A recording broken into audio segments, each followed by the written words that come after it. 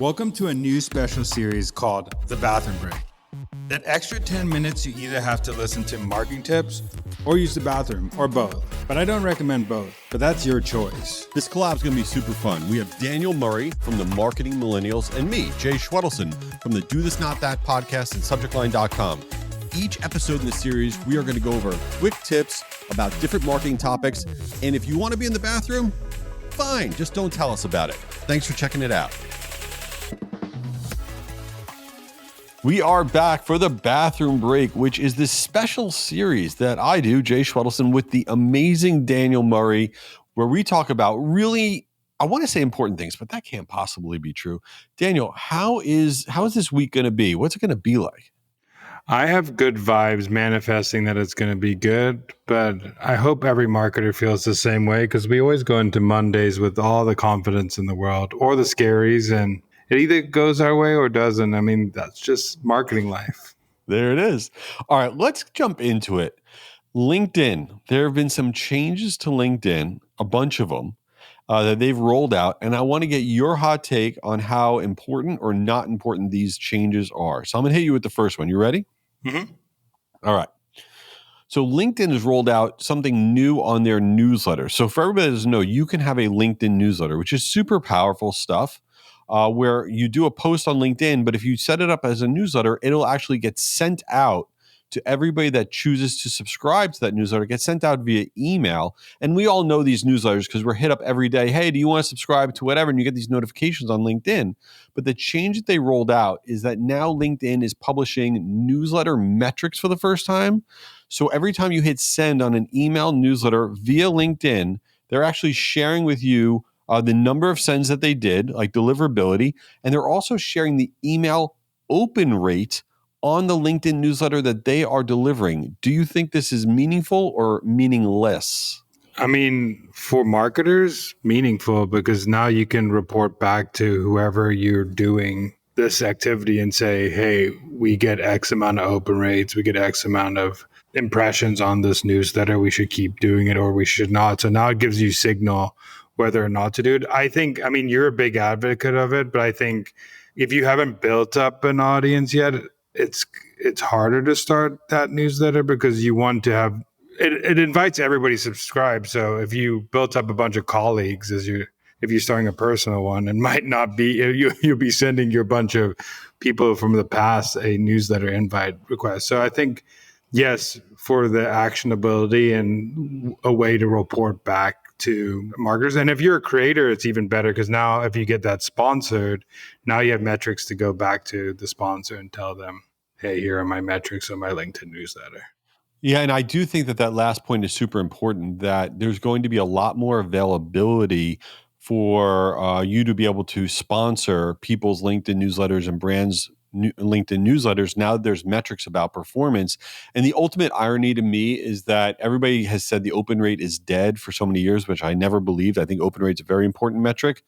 Directionally, it's not an absolute metric. And here's LinkedIn kind of double downing on the fact that they're going to share email open rate. And they even said in their announcement, we know email open rate is not 100% accurate, but directionally it has value. So I love the fact that LinkedIn's going deeper in email. Let me hit you with the next one. And I'm super curious about your take on this. So the other announcement that LinkedIn rolled out this week was that you're now going to be able to see the impression counts on comments. So you go on somebody's post, you leave a comment, you're going to be able to see, oh, that comment got, 612 impressions or views. Is that something that's going to matter? I've always been a believer comments equal content. So I think that if you're starting out, or commenting is a strategy to grow on LinkedIn, and it's proven that's one of the key strategies we use at the Marketing Millennials, like LinkedIn page, is we grow through comments. So now seeing impressions would be a great way for us to say this post is good to make a regular post versus a comment. So it's a way to test content ideas so you can use it as social content for the future, or newsletter content, podcast content, blog content, whatever content. It's good to directionally to know what what is getting views and what's not getting views, in my Okay, but opinion. let me ask you a question about that because I agree with you. You know, if you put a comment on somebody's post and it gets like a bunch of likes, like, oh, this comment might be worth making content around it. I get that. But let's say you put a comment on a post, okay, and it gets a bunch of impressions, but it gets no likes. Does that just mean that post got a lot of impressions and your comment kind of stinks? Like, No, I think it's proof that you're getting seen in the feed, as a person who's trying to grow their network, trying to grow their following. It's proving that they want people to comment. So I get why they're doing it. I just think commenting is a good strategy. But I think that's just like every metric out there. That's one signal. I think the other signal is, did it get impressions? How many engagements did that post get? So you need to tailor that with like two different, because if my comment got 1,000 impressions and 0 likes, directionally I just say I got more impressions for myself or my brand, but it doesn't mean anything. But if it gets a lot of likes and impressions, then I'm doing something right. I'm putting signal content out there. I've been meaning to ask you something, and it's gonna be hard to articulate this over a podcast, but I hope you can. I'm seeing when you comment on stuff, you're like spacing out your comments in a way that there's like a lot of like lines, like you're hitting return, return, return, and you're making space between the actual words that you're writing in the comments on LinkedIn. I see you do that a lot. What are you doing? Like, what is that? Should I be doing that? It's just testing things. I mean, that's all I'm doing. But whenever I could take up more real estate in a feed, like that's why images are good on LinkedIn. Posting images or videos, because you take up a full scroll instead of being a text post. You're competing against 3 other posts. You're the only post, so you're competing against other comments too. So I'm trying to see if I do that, am I taking up more real estate than other people commenting? See, there you go. You always have a cool hack going on. I never thought about that. All right, the last one, which I think is super important, is everybody that's posting videos on LinkedIn. When people are looking at videos on LinkedIn, on mobile specifically, the words that people are writing to go along with those videos, the captions on those videos, they've really been relegated to nothingsville, meaning like you barely see the words.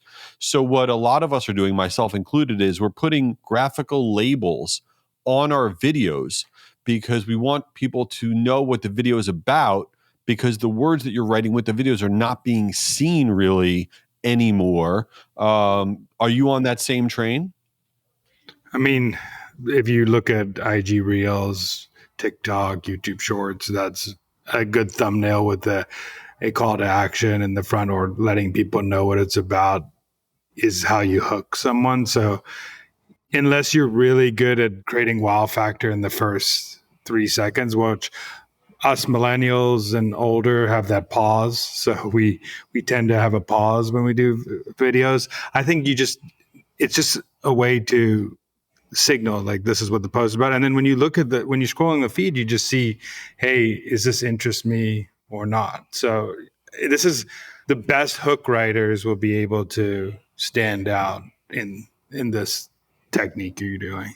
Yeah, and I'll tell you, for us, when we were posting, once they switched to the big heavy video feed in LinkedIn, and we weren't kind of labeling our videos with some sort of graphical label on the video, and then we switched to labeling our videos, we saw exponential increase in engagement because people are like, oh, that's what it's about. I'll check it out. And to your point, you really have to frame your mind, kind of take the TikTok brain and apply it to LinkedIn, because that's where we're at. There's another thing that's happening on LinkedIn too, and I want to get your opinion if you're seeing this. But if you make anything with AI and you don't like strip like meta tags out the image, it will flag your post as made with that AI, which will downgrade the post. So if you're making things with AI, you have to make sure that you strip the back end of a post. Otherwise, you're going to be downgraded in the feed. I'm happy about that, by the way, because there's so much garbage out there. I want them to downgrade comments that are using AI also. They're always so funny to me when you see an AI comment. It's like somebody talking like they're like from Masterpiece Theater in England or something. I'm like, nobody talks like that, dude. You can't you can't post that comment. I mean, if at least if you're trying to do that, like edit the comment. Right. You can get ideas like, what should I comment on this post? Yeah. Like, give me ideas. But if you're gonna just copy paste, it's never a good strategy. But again, what you said, it blends in. So if you want to blend in, blend in. There you go. All right. Well, we've crushed another episode of The Bathroom Break. Everybody go follow Daniel's podcast, The Marketing Millennials. And if you're really bored, you can follow Do This, Not That. That's my podcast. Daniel, let's do it again next week, man. Sounds good. Daniel, come on, man. I got to get back to work. Get out of there. All right. While he's still in there, this is Jay. Check out my podcast, Do This, Not That, for marketers. Each week we share really quick tips on stuff that can improve your marketing, and I hope you give it a try. Oh, here's Daniel. He's finally out. Back from my bathroom break. This is Daniel. Go follow the Marketing Millennials podcast, but also tune into this series. It's once a week, the bathroom break. We talk about marketing tips that we just spew out, and it could be anything from email subject line to any marketing tips in the world. We'll talk about it. Just give us a shout on LinkedIn and tell us what you want to hear. Peace out. Later.